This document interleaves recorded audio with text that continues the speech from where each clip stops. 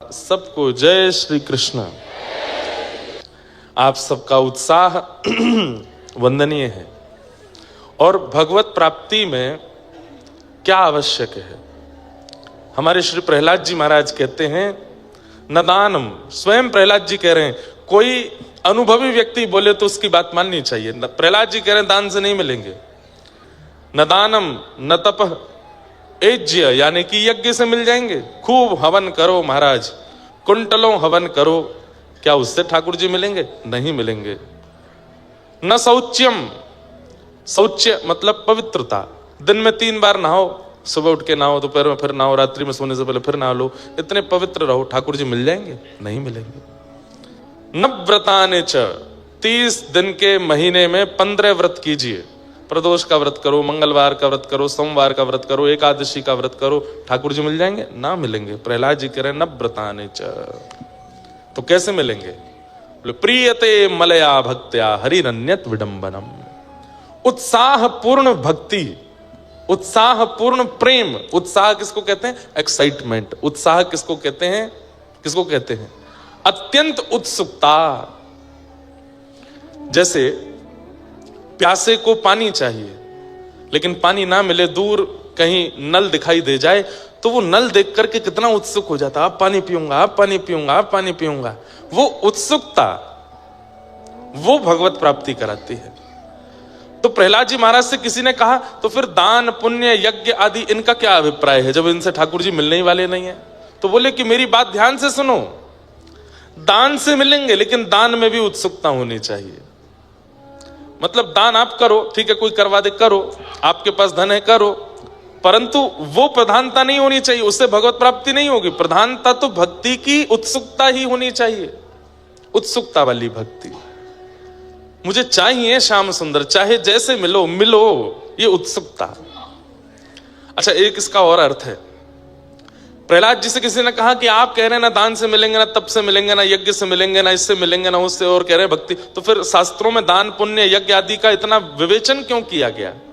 तो श्री प्रहलाद जी महाराज बहुत सुंदर उत्तर देते हैं। प्रहलाद जी कहते हैं, कोई व्यक्ति भूख के कारण आपके घर आया, आपने उसको 4 प्रकार की सब्जियां परोस दी, आपने उसको 2 प्रकार का मिष्ठान दे दिया, आपने उसको 5 प्रकार का पेय दे दिया, लेकिन रोटी खाने को नहीं दी।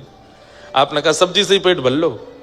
लो महाराज, मटर की सब्जी, बैगन की सब्जी, आलू की सब्जी, पनीर की सब्जी। बजरंग दास जी महाराज बोले हमारे घर आना महाराज जी प्रसाद पाने। मैंने कि ठीक है। थाली लगाई बड़ी वाली, उसमें कम से कम नहीं तो 12 प्रकार की सब्जियां, 15 प्रकार का मिष्ठान, और महाराज 2 प्रकार के चावल, और ना जाने क्या क्या सामग्री। हम देखते जा रहे हैं, रखते जा रहे हैं। तभी हमने कहा भैया रोटी? बोले रोटी नहीं बनाई हमने। रोटी से क्या मतलब, आप तो बस यही सब्जियां खा करके पेट भरो। कितना विचित्र लगेगा, बिना रोटी की सब्जी कौन खाता भाई? ठीक वैसे ही श्री प्रहलाद जी महाराज कह रहे हैं, बोले दान पुण्य यज्ञ हवन आदि आदि जितने भी साधन हैं, ये सब तो सब्जियां हैं, लेकिन मैं श्याम सुंदर का हूं, श्याम सुंदर मेरे हैं। ये प्रेम लक्षणा भक्ति रोटी है। जब तक रोटी नहीं परोसी जाएगी ठाकुर जी को, आप कितनी भी सब्जियां पवाते रहो, ठाकुर जी राजी नहीं होंगे। हाँ, कोई बहुत भूखा व्यक्ति आया, आपने भले ही 5 प्रकार की सब्जी नहीं दी, आपने कहा भैया सब्जी नहीं है पर हाँ 4 रोटी रखी हैं, आप कहो तो हम गुड़ दे दें, नमक दे दें, मिर्च दे दें। बोले आप रोटी दे दो, हम गुड़ से खा लेंगे, नमक मिर्च से खा लेंगे, और कुछ नहीं मिले अकेली रोटी खा लेंगे, आप रोटी दे दो, क्योंकि पेट भरने की सामर्थ्य उसी में है। ऐसे ही नाथ की, ठाकुर जी की जो प्रेम की क्षुधा है, उसकी निवृत्ति तो भक्त के प्रेम भक्ति से ही होती है।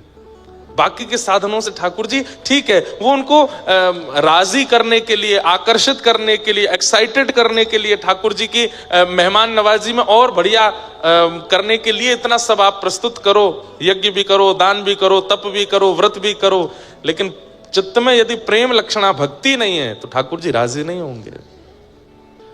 प्रियते मलया भक्त्या। ध्रुव जी महाराज को 4 महीने के भजन से ठाकुर जी मिल गए, तो कई संतों ने तो कमंडल फेंक दिए। बोले हम यहाँ 1000 साल से बैठे, हम बाबड़े हैं, 100 साल हो गए, हम अपने घर बार छोड़ के बैठे हैं, हमको नहीं मिले। और वो राजा का बेटा, उसको 4 महीने में मिल गए ठाकुर जी। तब नारद जी महाराज प्रकट हो गए और प्रकट होकर के नारद जी ने एक कथा सुनाई। बोले दो भक्त एक साथ गए भजन करने के लिए। मैंने ठाकुर जी से कहा दो भक्त एक साथ आए हैं, आप कब कब किसको मिलने वाले हो बताओ। बोले एक भक्त से जाके कहो उसके वृक्ष में जितने पत्ते हैं मैं उतने दिन में आऊंगा। वो जिस वृक्ष के नीचे बैठा है उसमें जितने पत्ते हैं मैं उतने दिन में आऊंगा। और दूसरे से कहना वो जिस वृक्ष के नीचे बैठा उसमें जितने पत्ते हैं उतने वर्ष में आऊंगा। नारद जी बोले दोनों एक साथ आए हैं, दोनों एक साथ कर रहे हैं, दोनों वट वृक्ष के नीचे बैठे हैं, दोनों के वृक्षों में असंख्य पत्ते हैं, आपने इतना भेदभाव क्यों किया। ठाकुर जी बोले हम बताएंगे नहीं, तुम जाके बस कह दो, अपने आप पता चलेगा। पहले भक्त से जाके कहा अरे भैया तेरे तो भाग्य खुल गए। अरे नारद जी कब मिलेंगे भगवान। बोले बस कुछ दिन की बात और है। बोले कितने दिन। बोले ऊपर जो वृक्ष है इसमें जितने पत्ते हैं इतने दिन में मिलेंगे। उसने ऊपर पत्ते देखे, सिर पटकने लगा, अभी इतने दिन और लगेंगे ठाकुर जी को। अरे पत्नी छोड़ के आया, बच्चे छोड़ के आया, परिवार छोड़ के आया, सब घर बार छोड़ करके मैं आया, इतने दिन और लगाएंगे ठाकुर जी। रोने लगा। नारद जी बोले तू तो रो रहा है, उसका दूसरे का क्या होगा, उसको तो उतने वर्ष में मिलने वाले हैं। चल भैया थोड़ी और बोले मैं प्रतीक्षा नहीं, इतने दिन कौन प्रतीक्षा करे, मैं तो जा रहा हूं। नारद जी दूसरे भक्त के पास गए। नारद जी प्रणाम, भगवान कब मिलेंगे। बोले भैया तुम्हारे ऊपर वृक्ष में जितने पत्ते हैं उतने वर्ष में मिलेंगे। इतने में ही वो नाचने लगा, उछलने लगा, नारद जी के साथ ही नृत्य करने लगा, उन्हीं की भुजा उठा करके नाचने लगा। जय हो जय हो, आज मेरे कान तृप्त हो गए, मेरा जीवन तृप्त हो गया, मेरा सर्वस्व तृप्त हो गया। नारद जी बोले तेने भैया कुछ उल्टी सीधी बात तो नहीं सुनी, मैंने यूं कही इतने वर्ष में मिलेंगे, तो इतना नाच क्यों रहा है, कितने पत्ते हैं पता है, इतने वर्ष और लगेंगे। उस भक्त ने कहा मुझे इस बात की चिंता नहीं कि अवधि कितनी लगेगी, पर आपने ये कहा कि मिलेंगे, मुझे इसी बात से प्रसन्नता है कि वो मिलने तो आएंगे, आज नहीं तो कल आएंगे, कल नहीं तो परसों आएंगे, परसों नहीं तो 20, कभी भी आवे। लेकिन ठाकुर जी ने ये कहा है ना कि वो मिलेंगे, अब वो चाहे जब आवे, मुझे उसी में प्रसन्नता है। इतने में ठाकुर जी वहीं प्रकट हो गए और प्रकट होकर के उस भक्त को दर्शन दे दिया। नारद जी महाराज बोले आप झूठे, आपके वेद पुराण झूठे, आपकी सब बातें झूठी, और ऊपर से मुझे भी झूठा बना दिया। ये क्या किया आपने, आपने तो कहा था इतने वर्ष में मिलोगे। ठाकुर जी बोले लगना तो इतना ही वर्ष था, लेकिन तुमने जैसे कहा मिलेंगे तो उसकी इतनी उत्सुकता बढ़ी, इतनी उत्सुकता बढ़ी कि उसकी उत्सुकता में जो वर्ष की अवधि थी वो क्षण भर मात्र हो गई, और क्षण भर में वो सारे वर्ष पूर्ण हो गए और मैं तुरंत प्रकट हो गया। समझ में आई बात। मुझसे राधा रमण जी को मिलने के लिए 10 साल का समय और है, मान लो। अब 10 साल 15 भी हो सकते हैं, 20 भी हो सकते हैं। कब? यदि मुझ में आलस्य आ जाए, यदि मुझ में विकार आ जाए, यदि मुझ में उत्सुकता की कमी आ जाए, तो वो 10 के 15 भी हो सकते हैं, 15 के 20 भी हो सकते हैं, 20 के 2 वर्ष भी हो सकते हैं, 20 के 2 जन्म भी हो सकते हैं, एक कल्प भी हो सकता है, एक युग भी हो सकता है। जितनी मेरी उत्सुकता घटती जाएगी ठाकुर जी उतने दूर होते चले जाएंगे, और जितनी उत्सुकता बढ़ती चली जाती है। देखो मुझसे आपसे मिलने के लिए ठाकुर जी ने एक नियमित समय चुन रखा है सबके लिए। पृथ्वी पर जन्म लेने वाले हर व्यक्ति का जन्म लेते ही ठाकुर जी एक नियमित समय भी रखते हैं, इस समय पे मैं इसको मिलूंगा। लेकिन हमारे कर्म या तो उस अवधि को बढ़ा देते हैं या उस अवधि को घटा देते हैं। वो बढ़ते ही जा रहे हैं, हमारे घट नहीं रहे मेरे और आपके, क्योंकि हमारे कर्म, विचार, व्यवहार, स्वभाव पवित्र ही नहीं है। संसार एक कारावास है। हम आप सब लोग यहाँ नियमित रूप से रह रहे हैं। कारावास के भी नियम होते हैं, यहाँ के भी नियम बनाए गए, पर उन नियमों से विपरीत चल करके जब हम इस कारावास रूपी संसार में रहते हैं तो क्या होता है, जब नियम का उल्लंघन करता है तो और ज्यादा अवधि बढ़ा देते हैं, और 5 साल रखो इसको यहीं पे, और इतने दिन तक इसको यहीं रहना है। तो ठीक उसी प्रकार भैया उत्सुकता जिसमें अधिक होती है उसको ठाकुर जी मिलते हैं। कथा आती है कि सूर्य उदय से सूर्य अस्त तक श्री हनुमान जी महाराज राम जी के पास ही रहते हैं, 1 मिनट के लिए नहीं छोड़ते, बल्कि चरणों को गोद में लेके बैठते हैं। सभा, राम जी की सभा में भी जो कुछ भी होता है हनुमान जी महाराज ऐसे ही बैठे रहते हैं, चरण नहीं छोड़ते राम जी के, किसी को छूने भी नहीं देते। मेरा ये अधिकार है बस, और बोले इसमें आप भले स्वार्थी मानो मुझे, पर ये चरण मैं नहीं छोड़ूंगा। लेकिन जैसे ही सूर्य अस्ताचल को जाते हैं, हनुमान जी महाराज की घबराहट शुरू हो जाती है। अब सूर्य अस्त हो जाएगा, राम जी कनक भवन में चले जाएंगे, अंतःपुर में चले जाएंगे, वहां सखियां मुझको जाने नहीं देती। अंतःपुर में निज निवास में तो केवल सीता जी और सब सखियों का प्रवेश है, वहां हनुमान जी नहीं जाते। तो हनुमान जी कनक भवन के द्वार तक जाते हैं तो बाहर ही चंपक लता आदि सखियां रोक देती हैं। हनुमान जी बस बस बस, अब यहां से राघव जी का हाथ हमें दे दो। तो फिर अंतःपुर कनक भवन की अंदर की लीला में चंपक लता जी लेकर के श्री राम जी को भीतर जाती हैं और श्री हनुमान जी द्वार पर खड़े खड़े इतना रोते हैं, इतना रोते हैं। क्यों? अब मैं रात भर कैसे रहूं, बिना राघव जी को देखे मैं कैसे समय निकालूं। रात भर द्वार पे बैठे बैठे रोते हैं और दिन भर तो राम राम बजते हैं और पूरी रात सूर्य नारायण का भजन करते हैं। हे गुरुदेव भगवान, इतना समय क्यों लगा रहे हो? आप जल्दी प्रकट हो जाइए ना, जल्दी उदित हो जाइए। आप उदित होंगे तभी मेरे रघुवर बाहर आएंगे। सुबह सुबह जैसे ही सूर्योदय हुआ, राघव जी बाहर आए, देखा आंखें लाल हैं हनुमान जी की, इतना रोए हैं पूरी रात। राघव जी ने तुरंत हृदय से लगा, क्या हुआ, आप इतना रोए क्यों रात को?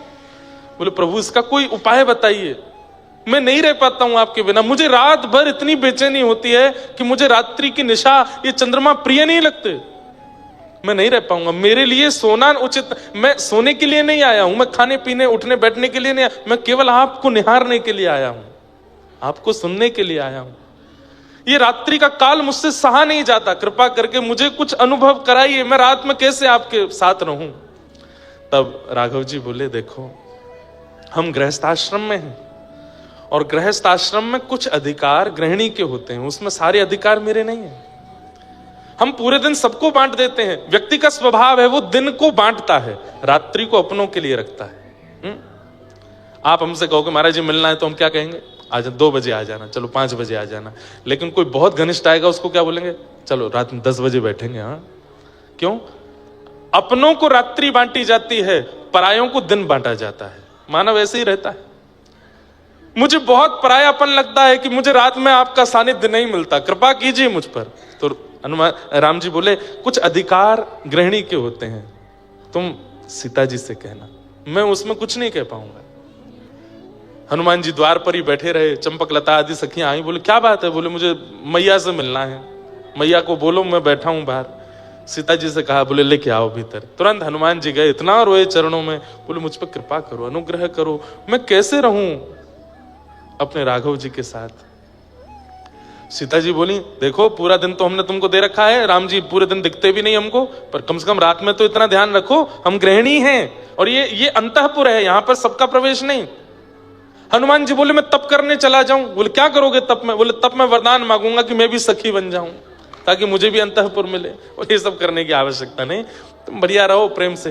तब जैसे ही हनुमान जी बाहर आने लगे, सीता जी ने तो मना कर दिया, तो चंपक लता सखी ने हनुमान जी से कहा, सुनो आप सरजू जी के पास जाओ, इस अयोध्या नगरी की प्रथम सहचरी सरजू जी हैं, यदि वो अनुग्रह कर देंगी तो कृपा हो जाएगी।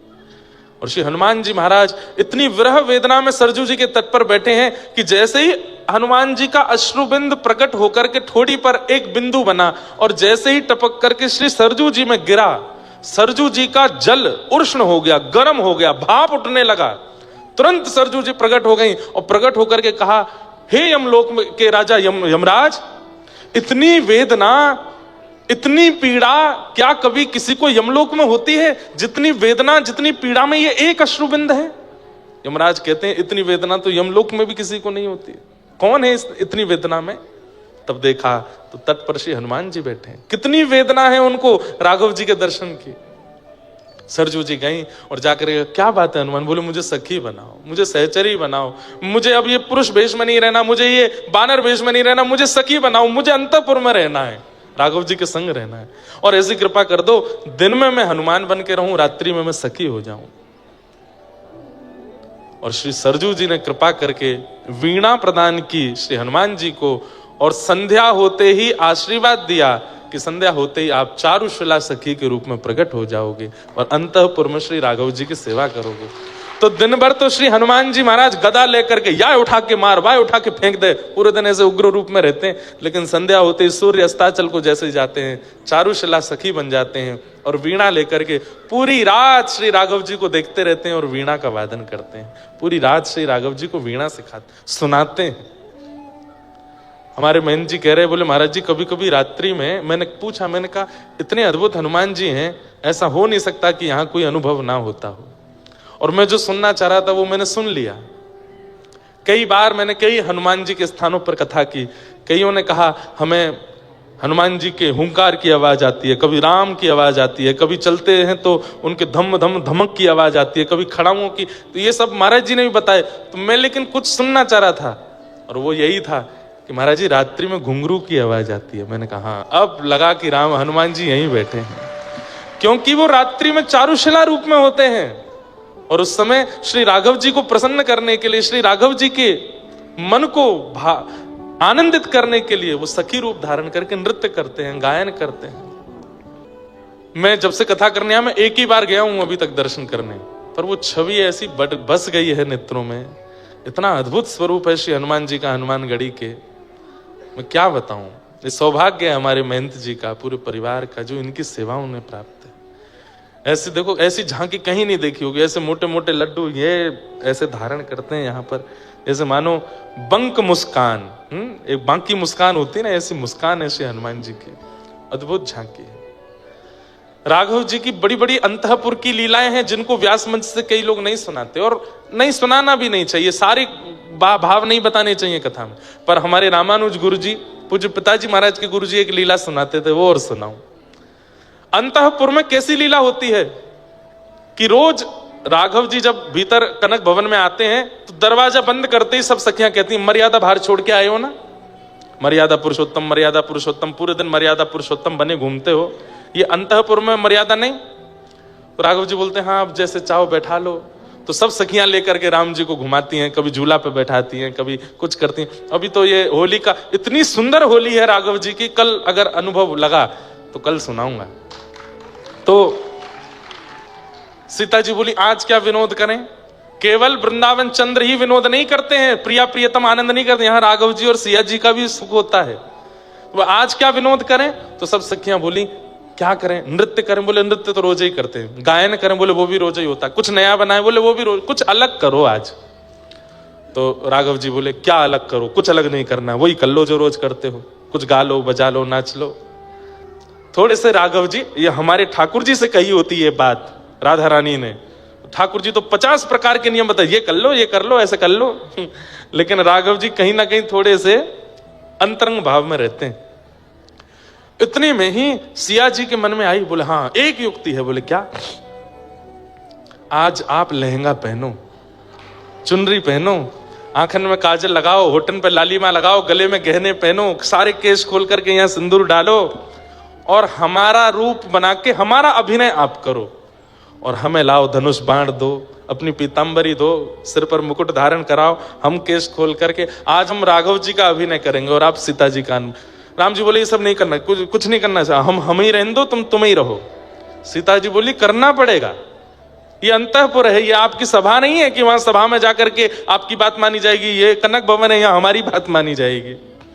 राघव जी बोले तो ये क्या तरीका है कि हम कुंडल उंडल पहन करके, आंखन में काजल लगा के, लहंगा बढ़िया पहन के घूमे। बोले कोई बात नहीं, एक विनोद होगा, सखियों को सुख मिलेगा। दूर खड़े चारुशिला जी के रूप में हनुमान जी बड़े प्रसन्न, बोले आज आनंद आएगा, करवा। राम जी अंत में बेचारे हार गए, बोले कि ठीक है, कहाँ हैं, दीजिए अपने वस्त्र। सीता जी ने अपने संपूर्ण वस्त्र श्रृंगार सब दिया।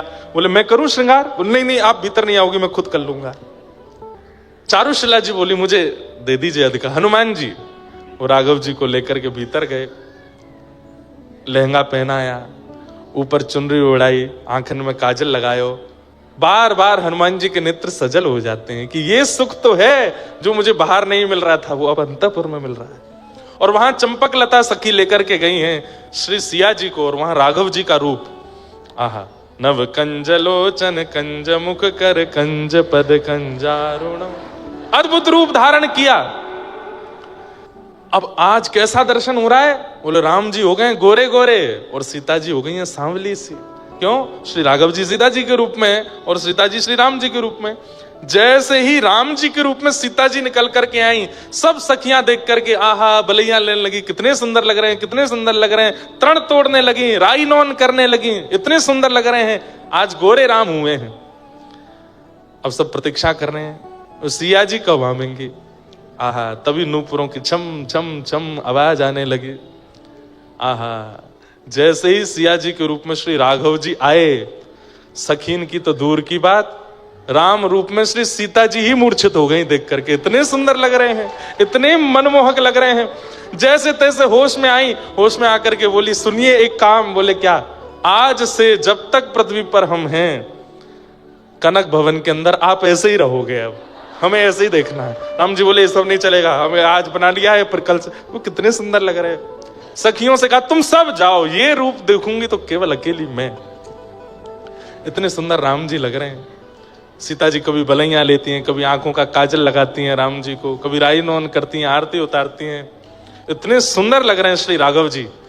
लेकिन एक विडंबना, क्या?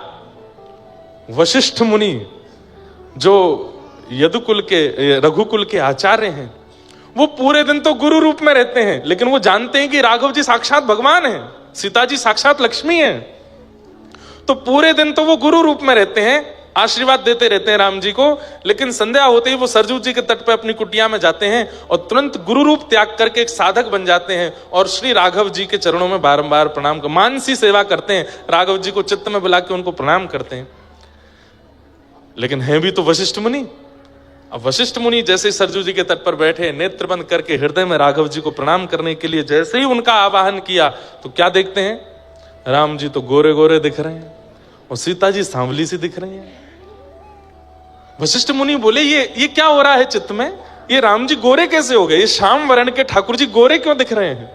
तुरंत सरजू जी में स्नान किया, स्नान करके फिर से माला आदि करके फिर से नेत्र बंद करके जैसे ही मानसी में बैठे, सिंहासन पर गोरे राम जी बैठे हैं, बगल में चुनरी ओढ़ के घूंघट करके सांवली सीता जी बैठी हैं। बोले ये क्या हो रहा है? कहीं ऐसा तो नहीं है कोई संकेत है? कहीं मेरे शिष्य राम कहीं संकट में तो नहीं है? तुरंत कमंडल उठाया, पहुंच गए कनक भवन। अच्छा, गुरु जी को कोई रोक टोक नहीं है कनक भवन में जाने से, इनको कोई नहीं रोक सकता। रात्रि अर्धरात्रि का समय, तुरंत द्वार पर जाकर के सहचरियों को, तुरंत दरवाजा खोलो, गुरु वशिष्ठ खड़े हैं द्वार पे। अब सखी बोली भीतर तो सब डामाडोल चल रहा है माहौल, ये गुरु जी रात में क्यों आ गए? एक सखी ने दूसरी को, दूसरी ने तीसरी को, ऐसे करके अंतःपुर खबर पहुंचवाई, राघव जी सावधान हो जाइए, गुरु वशिष्ठ आ रहे हैं। अब ये सुनकर के सीता जी राम जी के रूप में वो तो तुरंत उठ करके गई और तुरंत लहंगा आदि सब पहन करके आ गई। और राम जी के कभी केश में कुछ फंस गया, कभी कानन में कुछ फंस गया, कभी ये बोले ये क्या हो गया, गुरु जी आ गए द्वार पे, अब मैं जल्दी जल्दी वस्त्र कैसे उतारूं? सीता जी बोली जल्दी करो, गुरु जी आवे वाले हैं। अच्छा, गुरु जी प्रतीक्षा नहीं करते, उनके लिए तो द्वार खुलता है सीधे।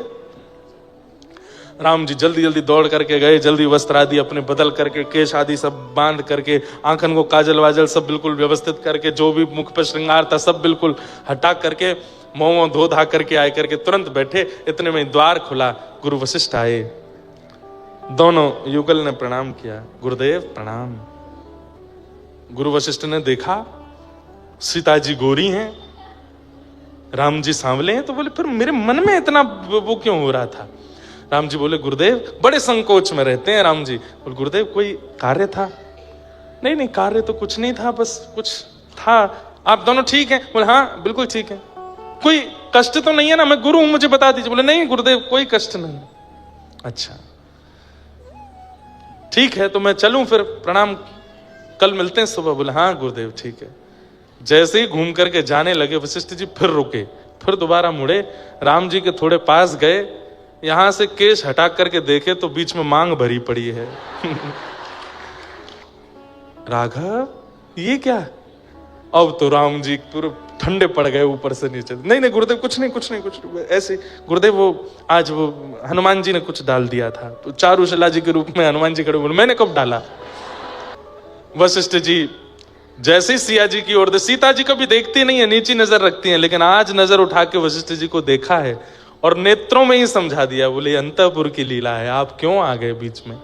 तुरंत वशिष्ठ जी समझ गए। अच्छा अच्छा अच्छा राघव सुनो। बोले हाँ अब तुम विश्राम करो, सुबह मिलते हैं। हाँ?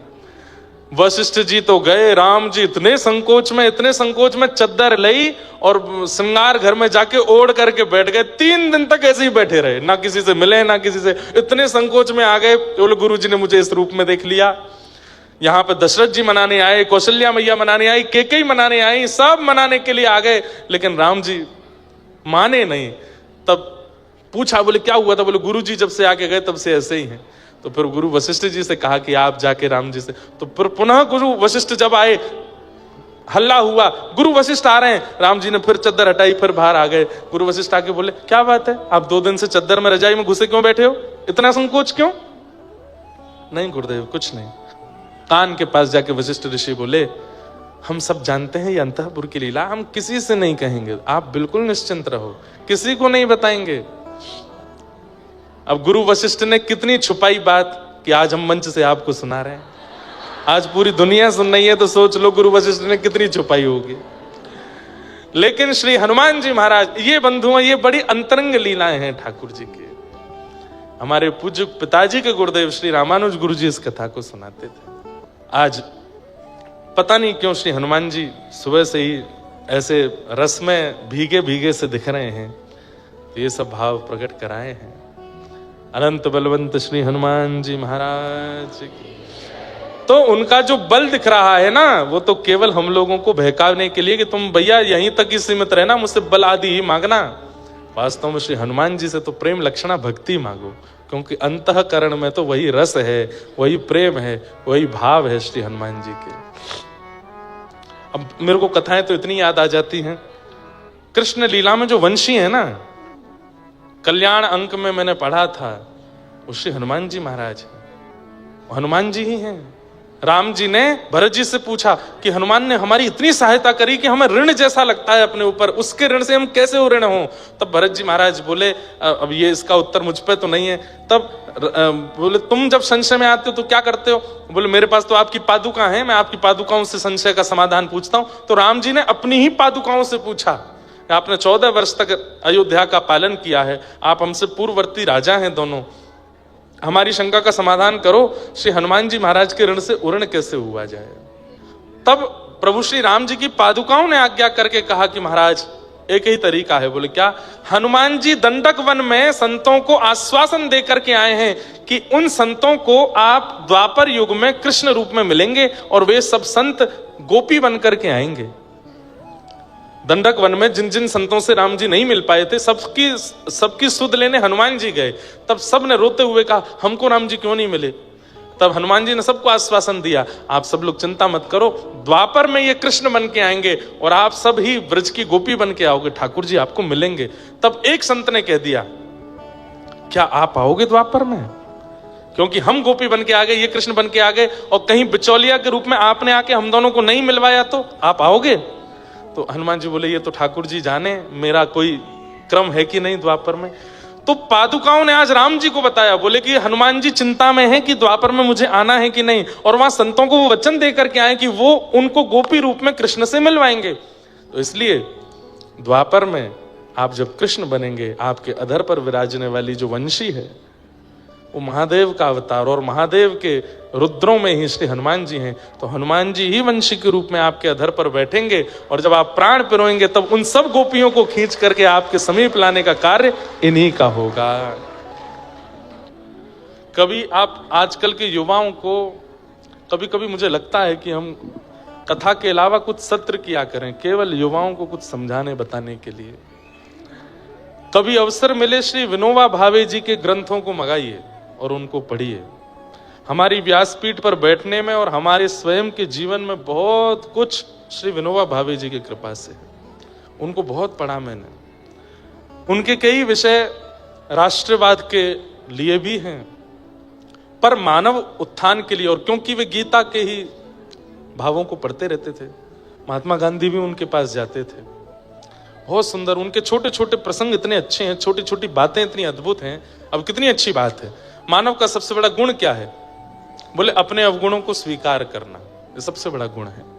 और मानव का सबसे बड़ा अवगुण क्या है? बोले अपने अवगुणों को स्वीकार ना करना, अपने आप को बहुत गुणवान मानना, ये सबसे बड़ा अवगुण है।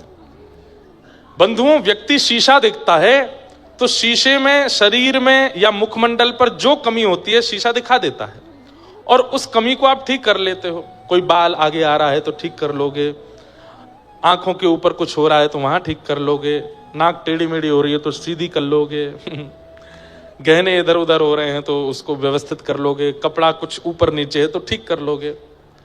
ठीक वैसे ही बंधुओं, व्यक्ति प्रत्येक दिन अपने अवगुणों को, अपने अवगुण रूपी दर्पण को देखे, मुझ में क्या क्या अवगुण है, क्रोध है, लोभ है, ईर्ष्या है, अभिनिवेश है, ये है, जो भी आपके अवगुण हैं, नित्य उसको यदि आप स्वीकार कर तो मुझ में ये अवगुण है, तो यह स्वीकारीकरण आधे अवगुण को नष्ट कर देगा। व्यक्ति अस्वीकार करता है, इसलिए वह अवगुण बढ़ता रहता है, बढ़ता रहता है। आज इंद्र ने आकर के भगवान के सामने तुरंत स्वीकार किया कि मैंने गलती की, मैंने अपराध किया। अच्छा, एक बात होती है कि गलती स्वीकार करना, अपराध स्वीकार करना। गलती और अपराध स्वीकार करने मात्र से काम नहीं चलेगा, वो जो किया है उसका दंड भी स्वीकार कीजिए और उसके लिए प्रायश्चित भी कीजिए। केवल स्वीकारीकरण से काम नहीं चलेगा, इसके लिए उचित जो दंड मुझे मिलना चाहिए वो मिलना दीजिए मुझे, और इसका जो प्रायश्चित हो मैं वो भी करूंगा। तब जाकर के आप अपने अपराध से विमुक्त हो पाओगे। लेकिन हमारा आपका स्वभाव कैसा है कि हम अपने अपराधों को सदा नजरअंदाज करते रहते हैं, अपने दोषों को सदा नजरअंदाज करते रहते हैं, इसलिए वो दोष अंतिम समय तक चित्त में रहते हैं, और एक समय आयु हो जाने के बाद तो वो दोष इतना प्रगाढ़ हो जाता है, आपके मुख पे दिखने लगता है, आपके मुख मंडल पर उसकी झांकी आ जाती है कई बार। और एक बात बोले, व्यक्ति का चेहरा सब कुछ बता देता है, उसके मुखमंडल की कांति, उसके आंखों का घूमना, उसकी नाक, उसके बोलने का ढंग, उसके होठों का चयन, उसका हंसना, बैठना, सब बता देता है कि इसमें दोष है कि नहीं। तो कम से कम दोष युवाओं के लिए इतनी बड़ी सुयोग्यता है कि वो अपने अभी इसी उम्र में अपने दोषों को नष्ट कर सकते हैं। यदि रखेंगे अपने अंदर तो कुछ समय बाद चेहरे पर दिखने लगेगा। लोभी व्यक्ति का चेहरा दिखा देता है कि वो लोभी है, क्रोधी का चेहरा दिखा देता है कि वो क्रोधी है, ईर्ष्यालु व्यक्ति की आंखें बता देती कि वो ईर्ष्यालु है, कामी व्यक्ति का मुखमंडल बता देता है, बोलने के शब्द बता देते हैं कि वो कामी है। सब कुछ आपके आवरण में दिखने लगता है। आवरण में वो दोष आवे उससे पहले पहले उस दोष को नष्ट कर दीजिए, और दोष को नष्ट करने का एक ही तरीका है, उसको स्वीकार कीजिए, और स्वीकार करके नित्य बस चिंतन कीजिए कि मुझ में ये दोष है, इसकी निवृत्ति कैसे हो ये मुझे बताओ, तभी वो दोष जाएगा। तो इंद्र ने आकर के कहा कि नाथ मैंने अपराध किया, आप मुझे दंड दीजिए, इसके लिए उचित दंड क्या है मुझे दीजिए। भगवान बोले दंड की आवश्यकता नहीं, तुमने कुछ बुरा नहीं किया, हाँ अपराध तो किया, पर तुम्हारी करनी से एक बहुत अच्छा काम हो गया। बोले क्या? जो दूर दूर भटके ब्रजवासी थे वो सब भी मेरे समीप आ गए, एक गिरिराज छत्र के नीचे सब मेरे समीप चरणाश्रित हो गए, इसलिए मैं तुमसे ज्यादा नाराज नहीं हूं। बस आइंदा से अभिमान रहित होकर के इंद्र अपनी पदवी का पालन करना, चलो जाओ। भगवान ने क्षमा कर दिया। क्षमा बड़े न को चाहिए, बड़ों का स्वभाव क्या है? क्षमा कर देते हैं। पर कई अपराध अक्षम्य होते हैं, वहां क्षमा करना अपराध होता है। जैसे छोटा बालक अगर कुछ गलती कर रहा है, माता पिता यदि नजरअंदाज करते रहे, क्षमा करते हैं, छोड़ो छोड़ो छोड़ो, तो एक समय आने पर वो अपराध इतना बड़ा हो जाएगा कि फिर कुछ नहीं कर पाओगे आप। इसलिए छोटे बच्चे कोई गलती करते हैं तो माता पिता को टोक देना चाहिए, रोक देना चाहिए, थोड़ा डांट देना चाहिए। शास्त्र आज्ञा करते हैं, लालेत 5 वर्षाणि 10 वर्षाणि ताड़येत प्राप्ते तु 16 वर्षे पुत्रम मित्र बदाचरेत। 5 वर्ष तक बालकों को डांटना नहीं चाहिए, लेकिन जैसे ही बालक 6 वर्ष का हो जाए तो फिर 15 वर्ष तक ज्यादा लाड़ प्यार नहीं करना चाहिए। लेकिन जैसे ही बालक 16 वर्ष का हो जाए तो उसके साथ मित्रता कर लेनी चाहिए। आप पिता हो, माँ हो, ताऊ जी हो, ताई जी हो, चाचा हो, चाची हो, ये भुला करके उसके प्रति मित्र भाव रखो। आजकल के युवा क्या करते हैं, जो बात माता पिता को भी नहीं बता सकते वो अपने मित्र को बता देते हैं।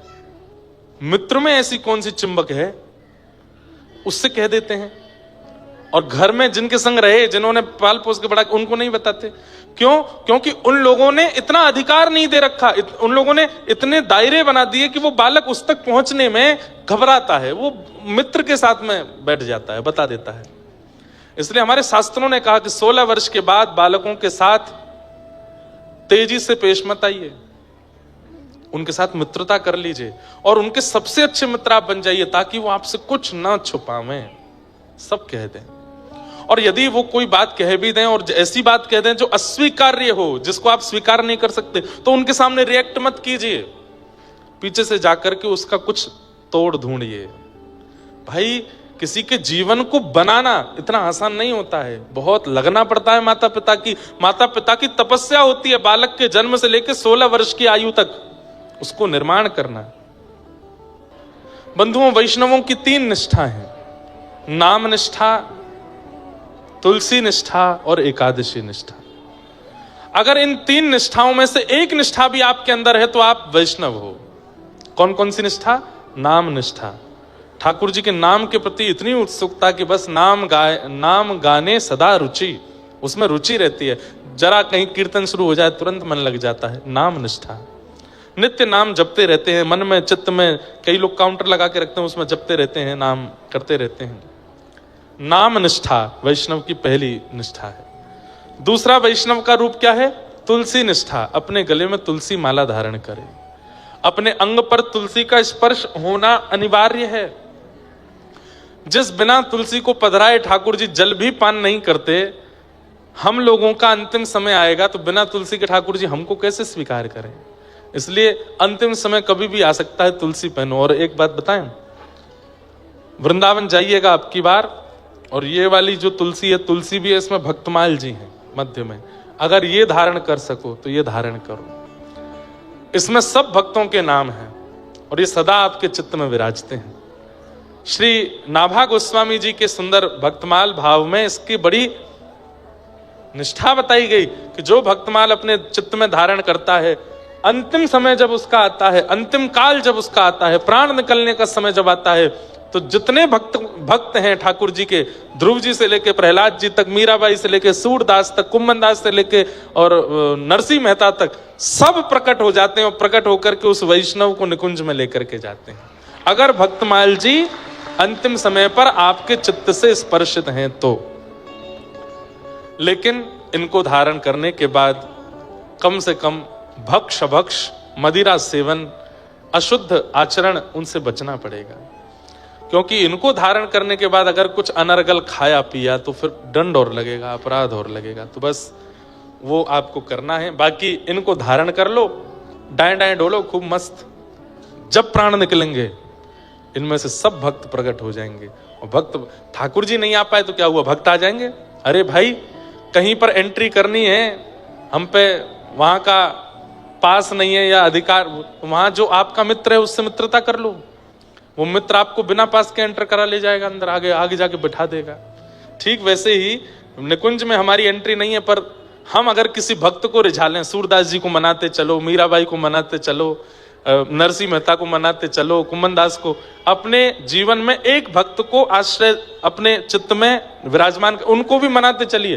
राधा वल्लभ जी प्रिय लगते हैं तो फिर चित्त में एक भक्त को भी बैठाओ, राधा वल्लभ जी के दर्शन करो और फिर चित्त के उस भक्त को भी मनाओ। बोले हमारी तो योग्यता नहीं इनके चरण मिले, आप प्रसन्न रहना, आप अंतिम समय में कृपा करके हमको ले चलना इनके पास। आहा, तो भक्तमाल जी धारण करो, कंठी धारण करो, तुलसी धारण करो। और तीसरी निष्ठा होती है वैष्णव की एकादशी निष्ठा। वो एकादशी के दिन अन्न का सेवन नहीं करता, लेकिन हमारी कई परंपराएं हैं वहां पर एकादशी नहीं होती। जैसे जगन्नाथपुरी में एकादशी नहीं है। इसका मतलब क्या है आपको बताऊं, बहुत गुप्त बात बता रहे हैं, ध्यान से पाते हैं और सबको भी भात पवाते हैं। और उस दिन अगर कोई जगन्नाथपुरी में एकादशी के दिन भात नहीं पाता, महाप्रसाद नहीं पाता, तो उसको दंड और लगता है। लेकिन एकादशी है और आप जगन्नाथपुरी में हो तो आप होटल पे नहीं खा सकते, आप बाहर की रसोइयों में नहीं खा सकते, वहां तो आपको व्रत का ही खाना पड़ेगा। आप केवल और केवल मंदिर का प्रसाद पा सकते हो, उसमें कोई दोष नहीं। और केवल जगन्नाथपुरी नहीं, हमारी बात ध्यान से सुनना। आप घर पे बैठे हैं, एकादशी है और उसी समय कोई बद्री विशाल भगवान का प्रसाद लेकर के आ गया, कोई श्री रंगनाथ भगवान का खीरांग लेकर के आ गया। अब आप मन में विचार करो, ये तो अन्न है तो अपराध है ना।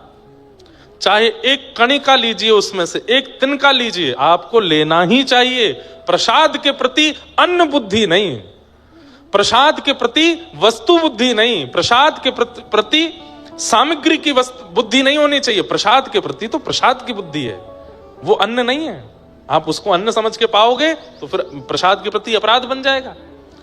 चैतन्य महाप्रभु कहते हैं प्रसाद क्या है? बोले महाप्रसाद है गोविंदे, वो तो साक्षात गोविंद है।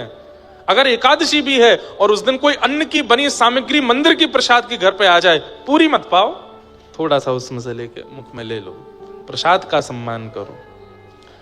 तो गुप्त बात यह है कि महाप्रभु जगन्नाथ जी साल भर की समस्त एकादशियों में महाप्रसाद पाते हैं, लेकिन जैसे ही स्नान पूर्णिमा आती है, स्नान पूर्णिमा के बाद 15 दिन जो मंदिर बंद रहता है रथ यात्रा तक, उतने दिन महाप्रभु जगन्नाथ जी अन्न सेवन नहीं करते। तो इसका मतलब क्या है?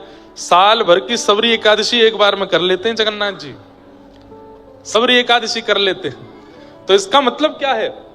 यदि आप एकादशी जगन्नाथपुरी में करके आए हैं तो महाप्रसाद पाइए। जो एकादशी करते हैं उनके लिए बात है, लेकिन जैसे ही लौट करके आप वापस अपने नगर स्थान पर आ जाते हैं तो अगली एकादशी जब आवे तो उस एकादशी पर एक नहीं 2 व्रत कीजिए। कैसे?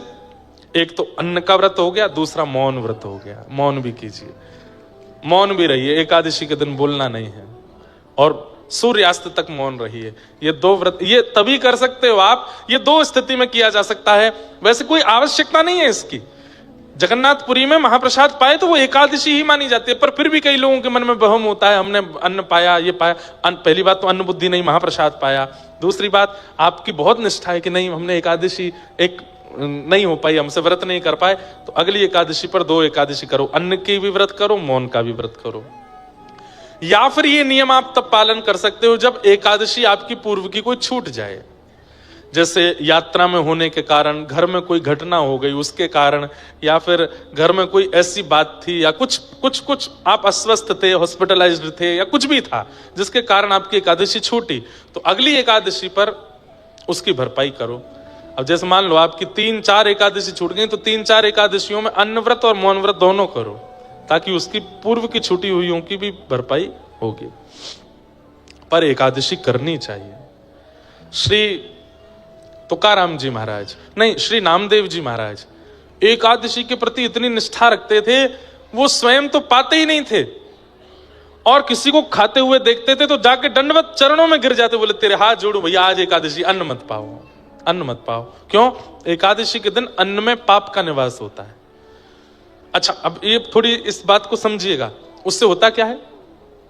एकादशी के दिन अन्न खाने से पाप लगता नहीं है, तो आप पूर्व में गंगा स्नान करके जिस पाप को नष्ट करके आ चुके हैं गंगा में, वो पाप पुनर्जागृत हो जाता है एकादशी के दिन अन्न खाने से। पूर्व के किए हुए पाप जो प्रायश्चित्तों से, नदी स्नान से, देवलोक भ्रमण से, ब्राह्मणों के आशीर्वाद से जो नष्ट हो चुके हैं, एकादशी के दिन अन्न सेवन करने से वो पुनर्जागृत हो जाते हैं। तो क्या करें? नहीं पाना चाहिए, अन्न नहीं पाना चाहिए। तो श्री नामदेव जी महाराज किसी को एकादशी स्वयं भी करते थे, किसी को खाने भी नहीं देते थे। और तो और एकादशी के दिन नामदेव जी अपने मोहल्ले में डोलते थे, घरों में जाके खिड़की खोल खोल के देखते थे कोई अन्न तो नहीं खा रहा। तो वो सब लोग कहते तुम्हारा क्या बिगड़ रहा, हम खा रहे हैं, हमारा मन, हमें नहीं रखनी एकादशी। तो द्वार पे बैठ के रोने लग जाते नामदेव जी, बोले आज अन्न मत खाओ, आज एकादशी है, आज मत खाओ। तो इतनी उनकी एकादशी के प्रति निष्ठा कि एक दिन भगवान बोले मैं परीक्षा लाऊंगा की, और श्री विट्ठल भगवान, पांडुरंग भगवान एक ब्राह्मण का रूप धारण करके आए और पूरे नगर में रोते हुए घूम रहे हैं, अरे मैं बहुत भूखा हूं, मैं बहुत प्यासा हूं, मुझे कोई अन्न पवाओ, मैं 4 दिन से यात्रा पर हूं, मुझे बहुत तेज भूख लगी है। सिर पर त्रिपुंड देख करके, शिखा देख करके, धोती देख करके, जनेऊ देख करके भान तो हो गया था कि ब्राह्मण है। नामदेव जी के द्वार पर जाके ही गिरे भगवान। नामदेव जी बोले अरे अरे विप्रदेव आए, विप्र पत्नी से कहा उठाओ उठाओ उठाओ, क्या कहिए भगवान क्या? बोले मुझे अन्न खिला दो, मुझे बहुत भूख लगी है, मैं प्यासा, भूखा प्यासा हूं, मुझे 4 दिन से कुछ नहीं मिला है, पवा दीजिए कुछ, अगर मुझे अन्न नहीं मिला तो मेरे प्राण चले जाएंगे। नामदेव जी महाराज बोले आज तो एकादशी है, आज मैं अन्न नहीं खवा सकता। देवी भीतर प्रसाद के केला रखे हैं, सेब रखे हैं, लेके आओ। नहीं नहीं नहीं, फल नहीं खाना है, मुझे तो अन्न ही खाना है। भगवान आज एकादशी है। अरे एकादशी तुम्हें दिखता नहीं? मेरे प्राण पखेरु उड़ जाएंगे यदि मुझे अन्न नहीं मिला तो। मैं कितना जर्जर हो गया, मेरे हाथ पांव कांप रहे हैं, मेरी नसें सूख रही हैं, मेरा रक्त संचार रुक रहा है, मुझे अन्न की आवश्यकता है, मेरे प्राण निकल जाएंगे। नामदेव जी महाराज बोले अन्न तो नहीं मिलेगा। बोले मेरे प्राण जाएंगे तो भी नहीं? बोले ठीक, अच्छी बात है, वैकुंठ मिलेगा एकादशी आज। प्राण चले भी गए तो सीधे भगवत धाम जाओगे। कैसे व्यक्ति हो तुम? यहाँ प्राण निकल रहे मेरे, तुम कह रहे हो वैकुंठ जाऊंगा मैं। बोले अरे एकादशी, एकादशी के दिन प्राण निकले, इसके लिए कितना लोग प्रार्थना करते हैं, लेकिन आपके प्राण में निकलने नहीं दूंगा। लीजिए केला खाओ, दूध पी लो, फल खा लीजिए, फलाहार कर लीजिए, अन्न मत खाइए। ठाकुर जी बोले ठीक है, तो मैं दूसरे के घर चला जाऊंगा। बोले वहां मैं जाने नहीं दूंगा, क्योंकि मुझे पता है आप अन्न खा लोगे, और मैं किसी को अन्न खाने नहीं देता एकादशी के दिन। भगवान बोले बड़े विचित्र आदमी हो, खुद भी नहीं खिलाते, मुझे कहीं खाने भी नहीं देते, जाने भी नहीं देते। अरे मेरे प्राण निकल रहे हैं। भगवान जोर जोर से नाटक करने लगे, चिल्लाने लगे, अरे नगरवासियों, अरे इसने मुझे कैद कर लिया है, मेरे प्राण निकलवा रहा है जबरदस्ती। नामदेव जी बोले नहीं नहीं नगरवासियों, मैं इनके प्राण, मैं फल खिला रहा हूं, ये खा नहीं रहे हैं, आज एकादशी, अन्न में खाने नहीं दूंगा। तो नगर के जो चिढ़ने वाले लोग थे वो आकर के नामदेव जी पर चिल्लाने लगे, अरे ये हमारे साथ भी ऐसा करता है, हमारे घरों में आकर के भी दिखता है, कोई अन्न तो नहीं खा रहा। अरे तुझे करनी है एकादशी, तू कर, सबसे क्यों करवाता है? भैया आज तो नहीं खाया ना आपने। बोले कि अभी भी देखो इसको यही चिंता है कि मैंने अन्न तो नहीं खाया। अपनी चिंता कर, मेरा तो उद्धार हो जाएगा, पर मुझे है कि सबका होना चाहिए, कोई रह ना जाए इस धराधाम पर, सब पंढरीनाथ को प्राप्त कर लें। ठाकुर जी बोले परीक्षा तो हो रही है, लेकिन थोड़ी और बड़ी हो। इतने में ठाकुर जी दौरा पड़ गया, ठाकुर जी को जोर जोर से हिलने लगे, अन्न खिलाओ, अन्न खिलाओ, मेरे प्राण निकल रहे हैं। नामदेव जी महाराज सिर सहलाने लगे, पैर दबाने। पत्नी से बोले देवी एक काम करो, दूध में केला घोल करके पिला दो इनको, थोड़े प्राण तो बचेंगे। ब्राह्मण ने मुंह बंद कर लिया, नहीं वो नहीं पीऊंगा, अन्न ही खाऊंगा। अब मेरे प्राण निकल रहे हैं, प्राण निकल रहे हैं। आंखें ऊपर चढ़ा ली भगवान ने, और देखते ही देखते सचमुच के जैसे प्राण निकल जाते हैं वैसे ठाकुर जी हो गए। हाथ शिथिल पड़ गए, श्वास रुक गई, धड़कन रुक गई, शरीर ठंडा पड़ने लगा। नगर के लोग बोले अरे नामदेव, ऐसा पाप करके तू कौन से नरक में जाएगा? कौन सी ऐसी एकादशी जिससे तेने प्राण हरण कर लिए एक ब्राह्मण के?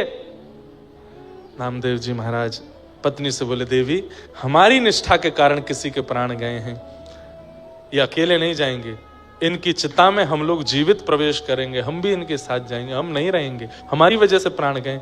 अपने घर में ही चिता बनाई, उनका शव रखा, एक शव की तरफ पत्नी पति और सब बच्चों को भी बैठा लिया, और अग्नि हाथ में लेकर के नीचे चिता में अग्नि प्रज्वलित कर ली। हाथ जोड़ के बैठ गए, हे पंडरीनाथ, मैंने एकादशी नियम तोड़ा नहीं, पर मैं किसी को देखता भी नहीं अन्न खाते हुए, इसलिए इन विप्र के प्राण गए, इसलिए मैं अपने प्राणों की आहुति इनके साथ दे रहा हूं। सब नगर के लोग देखते रहे। अग्नि जैसे ही प्रज्वलित हुई, ताप जैसे ही उस शव को लगा, उस शव थोड़ी, वो तो भगवान थे। ठाकुर जी कमर में गर्मी से लगी, इतने में ठाकुर जी उठ के बैठ गए, शंख चक्र गदा पद्म धारण चतुर्भुज रूप में प्रकट हो गए। चिता के अंदर से नामदेव जी को, पत्नी को, सबको बाहर निकाला, हृदय से लगा लिया। अरे मेरे नामा, मैं तो परीक्षा लेने आया था तेरी, और तुम उस परीक्षा में सफल हुए। तुम्हारी निष्ठा देखने आया था, कैसी निष्ठा मेरी एकादशी के प्रति।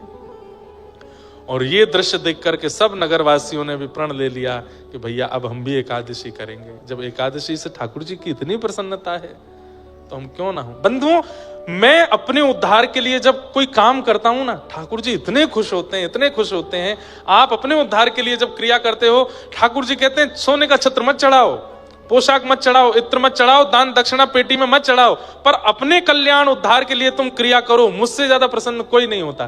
ठाकुर जी कहते हैं मुझे इतनी खुशी होती है जब व्यक्ति अपने उद्धार के लिए क्रिया करता है। एकादशी व्रत जब व्यक्ति करता है, उत्साह के साथ करता है, उस दिन ठाकुर जी इतने प्रसन्न होते हैं, हमें देख करके रीझते हैं ठाकुर जी। और यदि वो प्रसन्न हमारी एक क्रिया से होते हैं तो हम क्यों ना करें उन्हें प्रसन्न। अरे संसार में रहने वाले प्रेमी जन एक दूसरे के लिए कितना त्याग करते हैं, क्या हम ठाकुर जी के लिए 15 दिन में आने वाली एक एकादशी में अन्न त्याग नहीं कर सकते? करिए।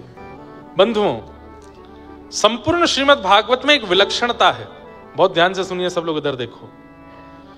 श्री परीक्षित जी प्रश्न करते हैं और सुखदेव जी उत्तर के रूप में कथा सुनाते हैं। लेकिन रास पंचाध्यायी के विषय में आता है कि यहां परीक्षित ने प्रश्न नहीं किया कि मुझे रास लीला के बारे में बताओ, सुखदेव जी अपने आप ही सुनाने लग गए। क्यों? क्योंकि ये रास का प्रसंग ऐसा है कि जब तक इसमें प्रविष्टि नहीं होगी, इसमें प्रवेश नहीं होगा, संपूर्ण लीलाएं अधूरी सी हैं। भगवान का प्राण है रास पंचाध्यायी। मैं हर कथा में बताता हूं, आज फिर बता रहा हूं, रास का मतलब नृत्य नहीं होता। आप नैमिषारण्य आए हैं कथा सुनने के लिए, ये रस है। लेकिन नैमिषनाथ भगवान आपके घर आ जाएं आपका प्रेम लेने के लिए, वो रास है। आप वृंदावन जाते हो, वो रस है, पर वृंदावन बिहारी आपके पास आ जाते हैं, वो रास है। आप जगन्नाथपुरी जाते हो, वो रस है, पर जगन्नाथ जी आपके घर आ जाते हैं, वो रास है। रास का मतलब क्या है? मैं हरि का सुमिरन करूं, ये रस है, पर हरि मेरा सुमिरन करें, ये रास है।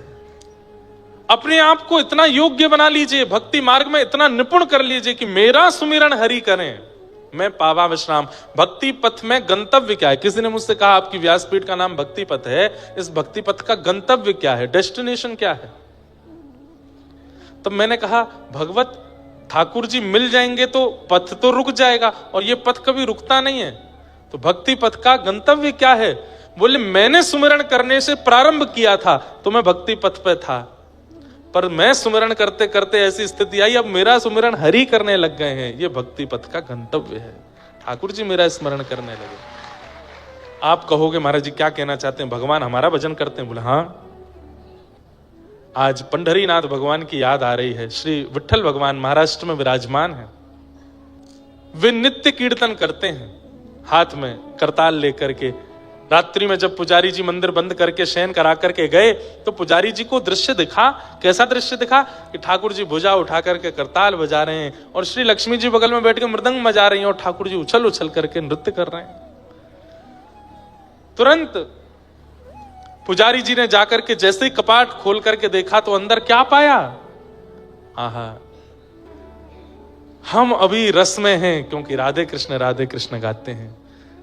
कहना नहीं चाहिए, पर जिस दिन ठाकुर जी गाने लगे इंद्रेश इंद्रेश इंद्रेश, समझो अब भयो रास। ये हुआ रास।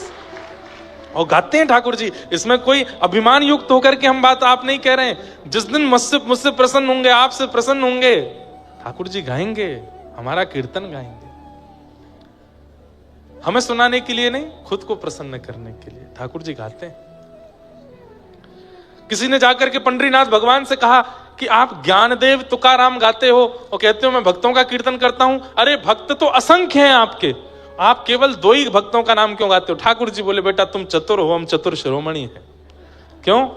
बोले भक्ति शतक के सबसे पहले भक्त हुए श्री ज्ञानेश्वर और भक्ति शतक के अंतिम भक्त हुए तुकाराम, तो मैं प्रथम और अंतिम भक्त को गा लेता हूं, बीच में सबरे आ जाते हैं। ज्ञानदेव पहले भक्त हैं, ज्ञानेश्वर माउली जब भक्ति शतक आया, 100 साल इस धरती पर केवल भक्त हुए। उसी बीच सूरदास हुए, उसी बीच तुलसीदास हुए, उसी बीच मीराबाई हुई, उसी बीच सक्कूबाई हुई, उसी बीच जितने भक्तों के नाम आप ले लो, कलिकाल में होने वाले भक्त उन 100 वर्षों के बीच में ही हुए। उनमें सबसे पहले भक्त जब पृथ्वी पर आए उनका नाम था ज्ञानेश्वर माउली, वो भी महाराष्ट्र में हुए। और भक्ति शतक के बिल्कुल अंतिम काल में जो भक्त आए उनका नाम था श्री तुकाराम जी महाराज। इसलिए ठाकुर जी क्या गाते हैं? ज्ञान देव तुकाराम, ज्ञान देव तुकाराम। बीच में सबरे आ गए, बीच में मीराबाई भी आ गई, सक्कूबाई भी आ गई, जनाबाई भी आ गई, सूरदास भी आ गए, तुलसीदास भी आ गए, सब आ गए। सबका नाम ठाकुर जी बीच में ले लेते हैं। अद्भुत हैं ठाकुर जी।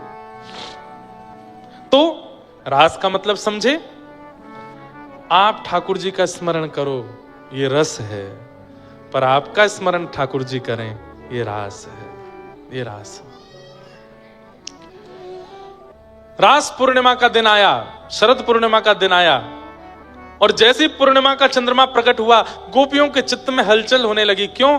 क्योंकि ठाकुर जी ने चीर हरण के समय कहा था कि मैं शरद पूर्णिमा की रात्रि पर रास करूंगा। रास करूंगा मतलब तुम्हें मुझे नहीं बुलाना पड़ेगा, मैं तुमको बुलाऊंगा। और आज गोपियां विचलित हैं, व्याकुल हैं, श्याम सुंदर मिलेंगे, श्याम सुंदर बुलाएंगे। और इतने में ही कदम वृक्ष के नीचे बैठ गए ठाकुर जी और वन में जाकर के आहा क्या कर रहे हैं ठाकुर जी? ठाकुर जी ने ऐसी वेणु का वादन किया, अपने अधर पर वेणु रख करके जैसे ही ठाकुर जी ने उसमें वादन करना प्रारंभ किया तो कहते हैं निशम्य गीतम तदनंग वर्धनम। जैसे आंखें ठाकुर जी को देखना चाहती हैं पर उतनी व्याकुल नहीं है, कान कथा सुनना चाहते हैं पर जगह नहीं मिली तो लौट गए वापस, इतने व्याकुल नहीं है। हाथ सेवा करना चाहते हैं पर सेवा मिली तो अच्छा, नहीं मिली तो लौट गए, मतलब मिले तो ठीक, नहीं मिले तो कोई बात नहीं। ऐसे वाली इंद्रियां गोपी नहीं होती। मिलेंगे कैसे नहीं, मुझे तो चाहिए, चाहे 1 दिन 2 दिन कितना मैं प्रतीक्षा करता रहूंगा, मुझे तो सेवा चाहिए। तो यहां पर कहते हैं ठाकुर जी ने ऐसे वेणु का रव किया कि जो इंद्रियां कृष्ण प्रेम में उन्मुक्त थी वह इंद्रियां और ज्यादा उत्सुक हो गई, उनमें और वर्धन हो गया भगवत प्राप्ति के लिए। कभी हुआ बंधुओं ऐसा? वृंदावन गए थे लेकिन जैसे ही लौटने लगे तो गाड़ी में बैठ के रोना आया, वृंदावन से बाहर निकलते समय रोना आया, लेकिन अपने घर तक रोते ही आए और घर पे आने के बाद भी फिर अगले दिन भी रो रहे हैं, दूसरे दिन तीसरे दिन भी रो रहे हैं, चौथे दिन भी रो रहे हैं, महीने तक रोते ही रहे। ऐसा नहीं होता, आज की डेट में तो ऐसा नहीं होता। व्यक्ति 1 आध दिन व्याकुल रहता है पर महीनों महीनों तक व्याकुल रहे, ये आज की स्थिति नहीं है। हाँ होता है व्याकुल, संसार की वस्तु के लिए होता है, वो तब तो 10-10 साल तक व्याकुल रहता है व्यक्ति, नस बस काट के बैठ जाता है अपनी, इतना व्याकुल हो। पर ठाकुर जी के लिए कभी कोई ने नस काटी सुना आपने? अब भैया कर मत लेना कहीं, उससे ठाकुर जी नाराज और हो जाएंगे। शरीर को ठोस मत पहुंचाना, व्याकुलता चित्त से होती है भाई, शरीर से नहीं।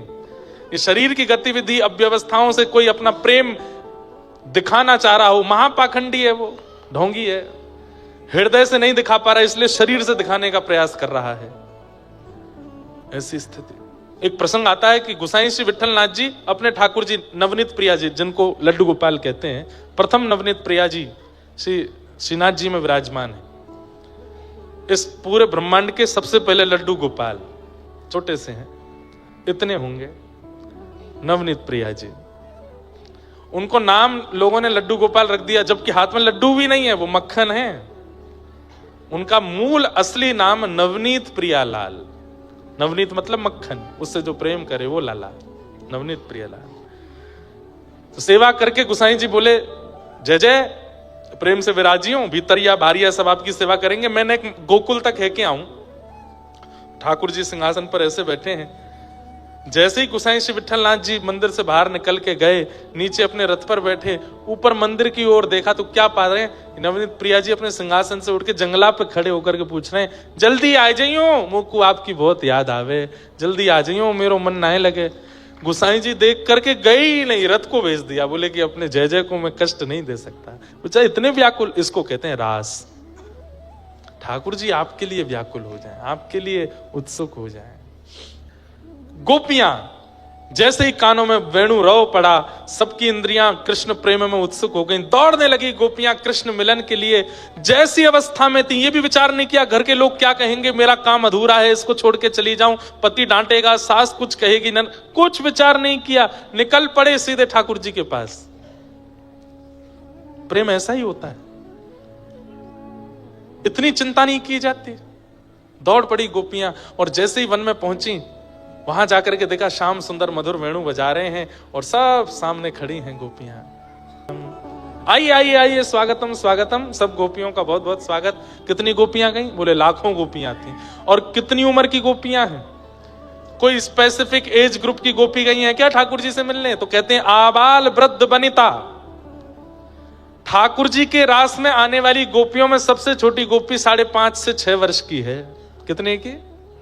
5.5 से 6 वर्ष की, मतलब 2-4 बड़ी गोपी तो गोद में लेके आई है वह, और वो भी उतने ही प्रेम में हैं जितने और ये तो सबसे छोटी गोपी हो। सबसे बड़ी गोपी बोले यशोदा मैया की भी पर सास की उम्र की है, बिना दांत की।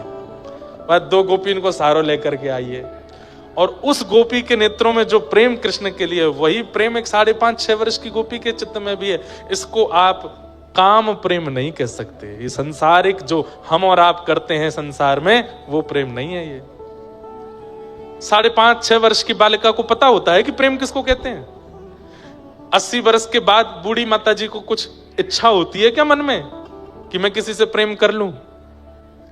कभी सुना 90 वर्ष की माता जी को किसी से प्रेम हो गया? नहीं हो सकता। ये संसारिक व्यवहार है। परंतु ठाकुर जी से प्रेम एक 4 वर्ष की बालिका को भी हो जाता है और 100 वर्ष की अम्मा को भी रहता है। वही तो स्वच्छंद प्रेम है, जहां पर कोई कैटेगराइज्ड प्रेम नहीं है, कोई एज ग्रुप का प्रेम नहीं है। क्यों? क्योंकि वो शारीरिक प्रेम है ही नहीं, वो शरीर की स्थिति है ही नहीं, इसलिए वहां ये सब विचार भी नहीं किए जाते। जो लोग ठाकुर जी की रास लीला को आजकल बहुत विचित्र रूप से देखने लगते हैं, दिखाने लगते हैं और उसके प्रति ऐसा भाव रखने लगते हैं, जब ठाकुर जी कर सकते हैं तो हम क्यों नहीं? अरे ठाकुर जी के रास को पहले देख तो लो, समझ तो लो, वो है कैसा। और रास का मतलब नृत्य नहीं है। मैं पुनः कह रहा हूं, परमात्मा का जीवात्मा के प्रति प्रेम, परमात्मा की जीवात्मा के प्रति करुणा, उसको रास कहते हैं। और कह दूं तो कोई अतिशयोक्ति नहीं, परमात्मा का जीवात्मा के प्रति समर्पण। हमेशा जीवात्मा समर्पित रहता है, पर जिस दिन परमात्मा समर्पित हो जाता है जीवात्मा के लिए, वो रास है। सब गोपियां आई, ठाकुर जी ने देखा तो ठाकुर जी ने कही पहले इनकी परीक्षा ले लूं। और भगवान पतिव्रता नारी का धर्म समझाने, राम राम राम राम, तुमने क्या कर दिया? अपने पति बच्चों को छोड़ के चली आई। तुम्हारी सास ससुर, घर में सब पूरा परिवार भरा सब था, और तुमने सब लोग लाज मर्यादा की बिल्कुल ध्यान नहीं रखा, एक परपुरुष से मिलने चली आई हो। कितना बड़ा अपराध किया तुम लोगों ने। अरे पतिव्रता नारी, सबसे बड़ा व्रत यदि संसार में कोई है तो वो पातिव्रत होता है। बंधुओं, शास्त्र में कहते हैं सूर्य को कोई नहीं रोक सकता, सूर्य उदय होगा ही होगा, लेकिन एकमात्र पतिव्रत करने वाली कन्या नारी में यह सामर्थ्य है कि वो सूर्य को कह दे कि उदय नहीं होना तो सूर्य उदय नहीं होगा।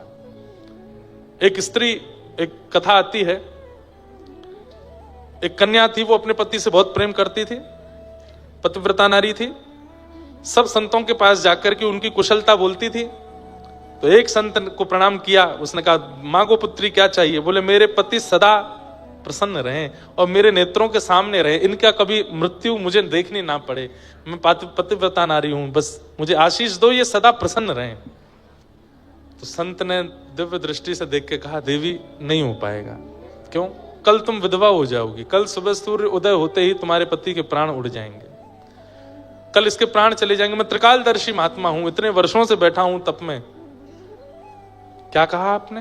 कल सूर्य उदय होते ही मेरे पति के प्राण चले जाएंगे? बोले हाँ। तुरंत वो कन्या, एक स्त्री, एक पहाड़ पर जाकर के बैठ गई और जिस दिशा से सूर्योदय होता है उसी दिशा की ओर देख करके बोली, यदि मैंने अपने पति को सर्वांगीण रूप से परमेश्वर मान करके उसकी सेवा आराधना की है, अपने पातिव्रत धर्म को नष्ट नहीं किया, तो हे सूर्य तुम उदय नहीं होना, मेरे पति के प्राण नहीं जाने चाहिए। सूर्य उदय नहीं हुए, भूचाल हो गया, पृथ्वी पर डामाडोल होने लगा, लोगों की मृत्यु होने लगी सूर्य उदय के कारण। कई कारण से पृथ्वी चलती है, जिसमें सूर्य भी एक कारण है। कहते हैं अंततो गत्वा ब्रह्मा जी को आना पड़ा और अंततो गत्वा ठाकुर जी को आना पड़ा। बोले तुम क्यों सूर्य को रोक करके बैठी हो? बोले पहले कहिए कि सूर्योदय होने से पति के प्राण नहीं जाएंगे तो मैं अपना व्रत वापस लूंगी, अपना तप रोकूंगी। तब ठाकुर जी, ब्रह्मा जी ने कहा तुम्हारे पति नहीं जाएंगे, नहीं जाएंगे, नहीं जाएंगे। तब जाकर के उसने अपना तप पूर्व लिया और सूर्योदय हुआ, तब जाकर के सब सामान्य हुआ। इसका मतलब अच्छा केवल पतिव्रत पत्नी ही क्यों करे? पत्नी व्रत भी होता है, और ये हंसने वाली बात नहीं है, ये बहुत सीरियस बात है। पत्नी व्रत भी होता है। पतिव्रत का पालन पति करे, पत्नी करे, और पत्नी व्रत का पालन पति करे। इस व्रत में होता क्या है? केवल एक ही काम है, इनके अलावा जो है वो सब मेरे पूजनीय है, यही है मेरी जो है, इनके अलावा और कोई मेरे जीवन में नहीं। यही है बस इस व्रत में, और कुछ नहीं है। कई बार हम लोग संग रहते हैं, किसी अन्य को अपने जीवन में आने नहीं देते, पर जीवन में शरीर से तो नहीं आने दिया, पर मन से आने दिया, नेत्रों से आने दिया, उसके बारे में चिंतन किया। पतिव्रत और पत्नी व्रत वहां टूट जाता है। चित्त में भी नहीं, मन में भी नहीं, स्थिति में भी नहीं, बस यही हैं जो हैं, इसे कहते हैं पतिव्रत, इसे कहते हैं पत्नी व्रत। चाहे इनसे लाख गुना अच्छा कोई मेरे सामने आ जाए, पर ये इनका स्थान कोई नहीं ले सकता। ऐसी पत्नी के प्रति पति की भावना और पति के प्रति पत्नी की भावना, इसी को व्रत, ये व्रत सबसे ऊंचा व्रत है। इससे ऊंचा कोई व्रत नहीं है संसार में। इस व्रत का पालन करें। तो भगवान समझा रहे थे ये बात किनको? गोपियों को। और तुम सबने क्या किया है, आधी रात में अपने पतियों को छोड़ के मेरे पास आ गई हो, चलो जाओ वापस लौट जाओ। गोपियां बोली आपका हो गया हो तो अब हम कुछ कहें? बोले हाँ बोलो। हमारे संत जन वृंदावन के कहते हैं पर ब्रह्म को कोई शांत नहीं कर पाया। पर ब्रह्म ने जो कह दिया वो पत्थर की लकीर है, उसके ऊपर कोई लकीर नहीं खींच पाया, उसके आगे कोई बोल नहीं पाया। एकमात्र यथाव्रज गोपिका नाम, व्रज की गोपियां हैं जिन्होंने पर ब्रह्म को भी चुप कर दिया, शांत कर दिया। चुपचाप सुनो, आप बहुत पतिव्रत बता रहे हो, अब हमारी बात सुनो। बोले क्या ठाकुर जी, गोपियां क्या कह रही हैं? बोले नाथ आप हमसे कहते हो पतिव्रता धर्म, अरे आप कौन हो? बोले कौन हूं मैं? बोले आप जगतपति हो। हमारे पति, हमारे पतियों के पति, हमारे पतियों के भी जो श्रेष्ठ हैं उनके भी पति, आप जगतपति हो। ये पतिव्रता धर्म सांसारिक पुरुषों में लागू होता है, सांसारिक स्त्रियों में लागू होता है, परमात्मा में थोड़ी लागू होता है। आप तो जगतपति हो। विवाह के पश्चात भी एक पत्नी के दो पति हैं ही, एक वो पति जिसने उसके शरीर से विवाह किया और एक आत्मा का पति परमात्मा। और आज जब आत्मा का प्रति प्रत्यक्ष सामने खड़ा है और इस शरीर में बैठी हुई वो जीव आत्मा उस परमात्मा से मिलने के लिए आ गई, तो आप हमें पतिव्रता नारी का धर्म समझा रहे हो? हे नाथ, एक दृष्टांत सुनिएगा। ठाकुर जी बोले बताओ। बोले एक पत्नी का पति विदेश गया, पत्नी को संग लेकर के नहीं गया। पत्नी बोली मैं कैसे रहूंगी, मैं तो पतिव्रता नारी, पैर छूंगी उसके बाद भोजन करूंगी, आपको पवाऊंगी उसके बाद कुछ पाऊंगी, आपको सुलाऊंगी फिर सोऊंगी। पतिव्रता नारी के तो बड़े नियम हो। पति गया विदेश, अब वो क्या करे? ठाकुर जी बोले क्या हुआ फिर? बोले पति ने अपनी मूर्ति बना के दे दी। बोले लो जब तक मैं ना आ जाऊं इसकी पूजा करना। अब पति मूर्ति कोई पूजती है, उसी को सुलाती खिलाती। 5 साल बाद असली पति आ गया। अब बताओ क्या करना चाहिए? ठाकुर जी बोले क्या करना चाहिए मतलब? अरे 5 साल से जिस पति को खिलाती पिलाती सुलाती निलाती है, अब उसके भोजन वो करा रही है और असली पति सामने आ गया है द्वार पर, तो उसको क्या करना चाहिए? इसको भोजन कराना चाहिए, भोजन पूरा कर देना चाहिए, या आधा अधूरा भोजन छोड़ के असली पति को बैठाना चाहिए? क्योंकि 5 साल से जिस पति की सेवा कर रही थी उसकी आधी में सेवा कैसे छोड़ दे? पतिव्रता धर्म नष्ट हो जाएगा।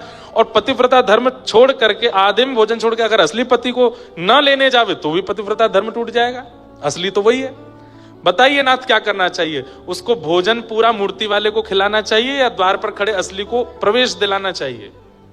ठाकुर जी बोले अरे जब तक असली आया नहीं था तब तक मूर्ति वाला था, उसको खिलाते पिलाते सुलाते थे। अब भले उसने आधी रोटी खाई, असली सामने आ गया तो आधी रोटी में उठ के जाना चाहिए, उसको लेना चाहिए, उसको बुलाना चाहिए। गोपियां बोली वही बात, वो सब तो मूर्ति वाले पति हैं, इतने दिन से उनकी सेवा कर रही थी। अब जब पता चल गया कि असली पति नंद नंदन कृष्ण ही हैं, ये सामने हमारे खड़े हैं, और अगर हम उन्हें छोड़ करके आपके पास आ गए हैं तो हमने क्या अपराध किया हमें बताओ?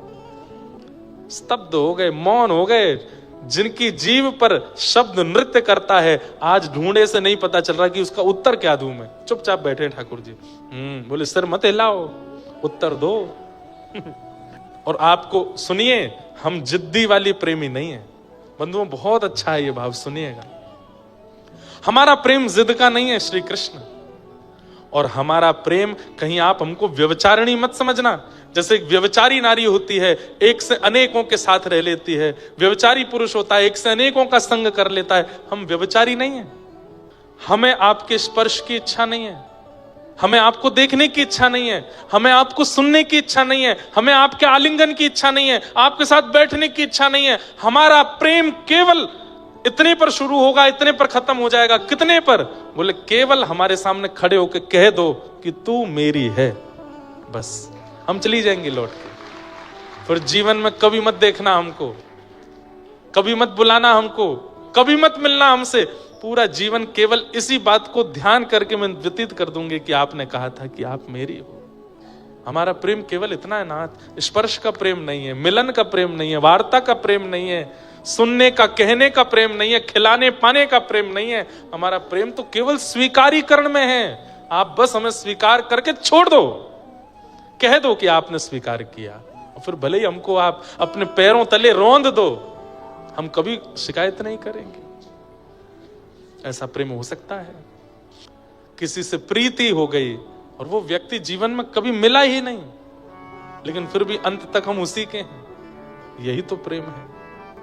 हमारा आपका संसारी प्रेम कैसा है? मिलो तो प्रेम है, दिखो तो प्रेम है, वार्ता करो तो प्रेम है, खिलाओ या खाओ तो प्रेम है। ठाकुर जी का प्रेम ऐसा नहीं, गोपियों का प्रेम ऐसा नहीं।